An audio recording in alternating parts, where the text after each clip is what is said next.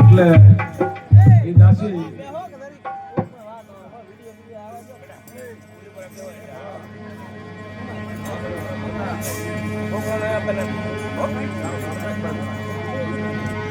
દાસી એ હીરાને ઘરે લઈ ગઈ. એને વિચાર થયો કે હું ઝવેરી બજારમાં જાઉં અને ઝવેરી બજારમાં લઈ જાય અને કદાચ જો હીરો સાચો હોય તો મને 2-5 રૂપિયા મળે અને મારો ભરપોષણ થઈ જાય. એટલે એ હીરા બજાર ઝવેરી બજારમાં હીરો લઈને ગઈ. એટલે ઝવેરીના દુકાને જઈને કીધો કે મને એક હીરો મળ્યો છે અને આની શું કિંમત છે. એટલે ઝવેરીએ વિચાર કર્યો કે આને તો કંઈ ખબર પડતી નથી, તો હું એમ કહી દઉં કે આ તો ખોટો હીરો. એટલે નિરાશ થઈ અને પાછી આવવાની કરી. એટલે એમ કરીને ઝવેરીએ હીરાને ફેંકી દીધો. ઝવેરીએ હીરાને ફેંકી દીધો એટલે હીરો જે અસલી હીરો હતો એ 2 કટકા થઈ ગયો. એટલે ઝવેરીએ હીરાને પૂછ્યું કે તું અસલી હતો અને ફાટી કેમ ગયો? તો હીરે સામે જવાબ શું આપ્યો? હીરા કોઈ દાડો બોલે નહીં, પણ હીરે શું જવાબ આપ્યો? કવિ બોલાવે. હીરે શું જવાબ આપ્યો કે ચાકર કોઈ ફટકતા હીરો તબ ઘટ્યો નહીં માન. એને નથી ખબર કે આ હીરો શું વસ્તુ છે, પણ કે તું એક ઝવેરી તને ખબર પડે છે અને છતાં તે એવું કીધું કે નકલી છે. એટલે કે મારો હૈયું ફાટી ગયો. એટલે આ ભજનમાં પણ એવું છે કે જેને મોજ આવે.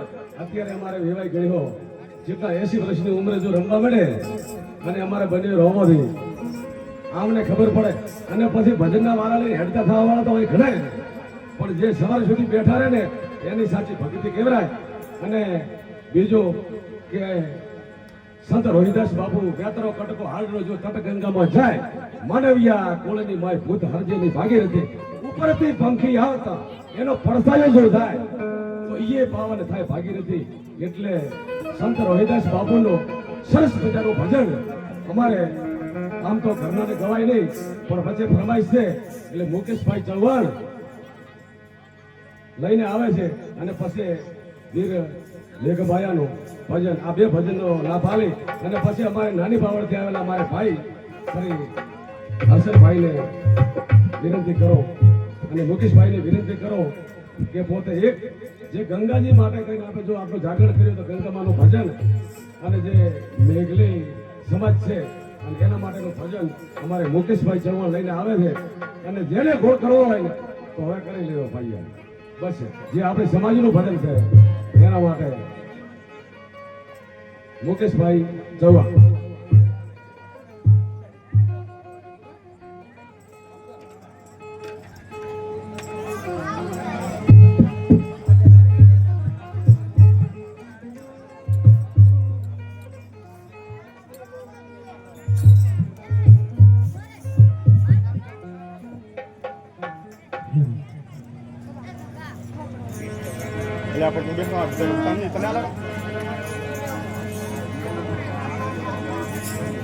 બોલીએ સદગુરુદેવની ગંગે માતની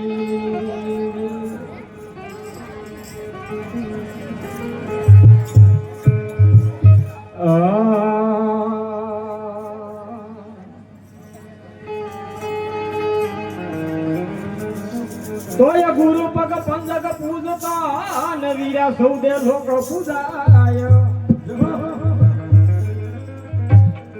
સુર વિનંતી માતો સરસ્વતી જના ગુરુ તનાય લખતા. તોય આગળ પ્રબડી બંધાવીએ ન પંખી પીવણ ને આયા. કોક દાડો હંસલા આવશે મારી પ્રભુ પગી તરથા.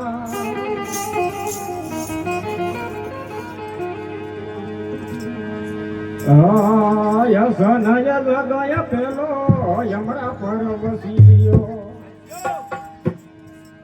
હસનય લગય પેલો યમરા પરવસિયો.